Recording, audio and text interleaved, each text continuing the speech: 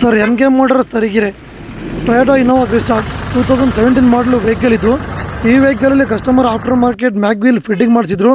But ಈ ವೆಹಿಕಲಿಂದ look ಚೆನ್ನಾಗಿರಲಿಲ್ಲ. ಅದರಿಂದ ಕಸ್ಟಮರ್ ಬಂದು ನಮ್ಮ ಹತ್ರ ಹೇಳಿದ್ರು. ಬಟ್ ನಾವು ಈ ವೆಹಿಕಲ್ ಚೆಕ್ ಮಾಡಿದಾಗ ಈ ವೆಹಿಕಲಲ್ಲಿ ಫ್ರಂಟ್ ಬಂಪರ್ ಡ್ಯಾಮೇಜ್ ಆಗಿತ್ತು, ಫ್ರಂಟ್ ಬಂಪರ್ ಕಟ್ಟಾಗಿತ್ತು.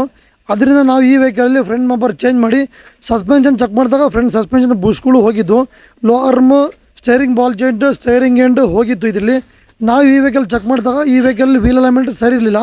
ಅಲೈನ್ಮೆಂಟ್ ಪ್ರಾಬ್ಲಮ್ ಆದಾಗ ಏನಾಗುತ್ತೆ ಅಂತ ಹೇಳಿದ್ರೆ ಟೈರ್ ಒಂದು ಕಡೆ ಸವಿಯೋದು, ಗಾಡಿ ಓಡಿಸುವಾಗ ರನ್ನಿಂಗ್ ಫೀಲಿಂಗ್ ಚೆನ್ನಾಗಿರಲ್ಲ, ಸಸ್ಪೆನ್ಷನ್ ನಾಯ್ಸ್ ಮಾಡೋದು ಮಾಡ್ತಾಯಿತ್ತು.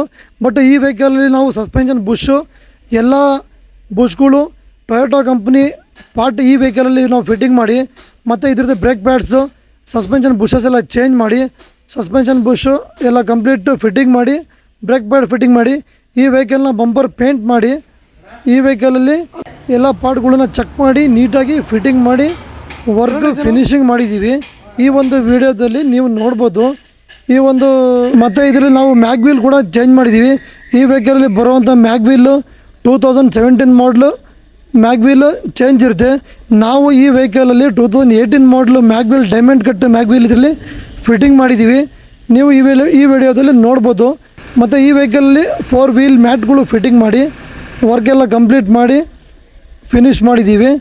ಈ ಒಂದು ಕಸ್ಟಮರ್ಗೆ ನಾವೊಂದು ಥ್ಯಾಂಕ್ಸ್ ಹೇಳ್ತಾ ಈ ಒಂದು ವಿಡಿಯೋನ ಎಂಡ್ ಮಾಡ್ತಾಯಿದ್ದೀನಿ. ಇದೇ ಥರ ಮಾಹಿತಿಗಾಗಿ MK ಮೋಟರ್ಸ್ನ ಫಾಲೋ ಮಾಡ್ಕೊಳ್ಳಿ ಅಂತ ಹೇಳಿ ಈ ಒಂದು ವಿಡಿಯೋನ ಎಂಡ್ ಮಾಡ್ತಾಯಿದ್ದೀನಿ. ಓಕೆ, ಇದ್ರದ್ದು ಫೈನಲ್ ಫಿನಿಶಿಂಗ್ ಯಾವ ಥರ ಇದೆ ಅಂತ ಹೇಳಿ ನೋಡ್ಕೊಂಬರೋಣ ಬನ್ನಿ. Okay, thank you.